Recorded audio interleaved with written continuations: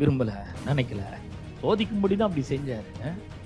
அப்ப அவர் வந்து இத வச்சு என்ன பண்றாங்க, உனக்கு எது ரொம்ப இஷ்டமோ அத வந்து கர்த்தர் எடுத்துப்பாரு அப்படின்னு.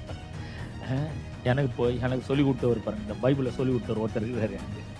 அவரு சொல்லும்போது, அவர் கிளாஸ்ல நடத்தும்போது சொல்லுவாரு, எந்த டெத்துக்கு போனாலும் சரி, ஒரு அழகான தோட்டத்த கர்த்தர் வந்து பார்த்தாரு.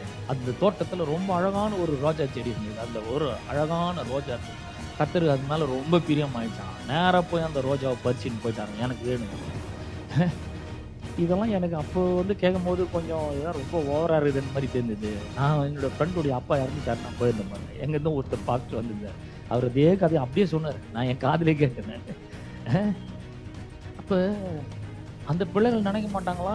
இந்த அப்பா எனக்கு வேணுமே, என் பிள்ளை எனக்கு வேணுமேன்னு நினைக்க மாட்டாங்களா? நான் சொல்றேன் கர்த்தர் எந்த பிள்ளையும், எந்த தகப்பனையும், எந்த தாயும் எடுக்கிறது கிடையாது.